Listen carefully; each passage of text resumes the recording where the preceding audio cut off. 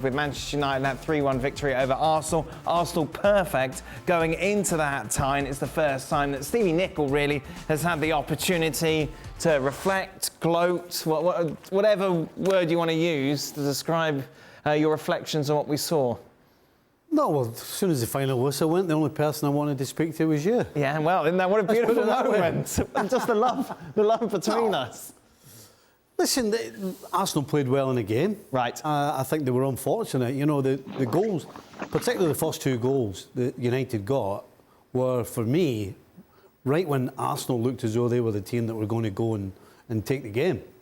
So they were unfortunate that the timing of the goals they lost. But 3-1 doesn't look great, and it would be too easy for me to turn around and say, well, here we go, this is their first test, and they've failed it. But they'll feel a little unfortunate, and they probably were unfortunate. Right. But guess what?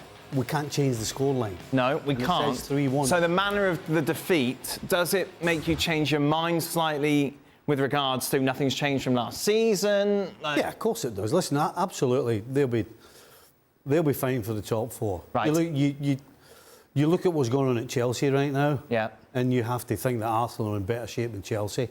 And Chelsea were one of the sides that I thought would finish ahead of Arsenal. So you'd have to say they're in pole position for that fourth spot right now. Arsenal in pole position for a top four place. What did you make of the game, Mario? No, I definitely, you know, this was one of the games that, of course, you know, you knew what Arsenal was going to bring. I think Man U prepped really well. I think Ten Hag, his job is what he's working on, is that you could see it on the field. You know, the third man running was one of the tactical moves that he did.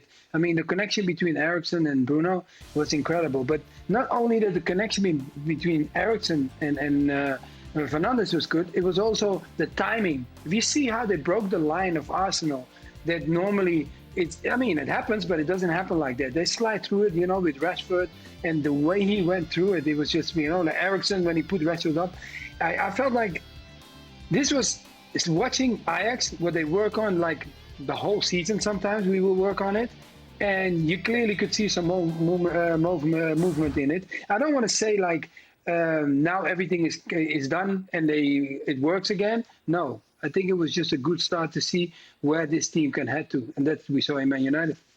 Murray, you had that 4-month holiday, so it's difficult for us to catch up about Anthony and how highly you rate him. Obviously, his first game for United, scores that goal, big price tag on his back, didn't seem to bother him. How much do you like him?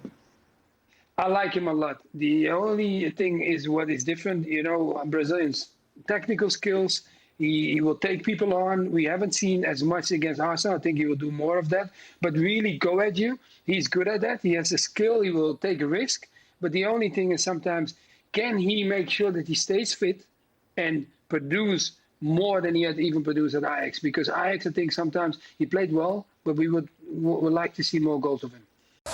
Thanks so much for watching ESPN on YouTube. And for more sports highlights and analysis, be sure to download the ESPN app. And for premium content and live streaming, subscribe to ESPN Plus.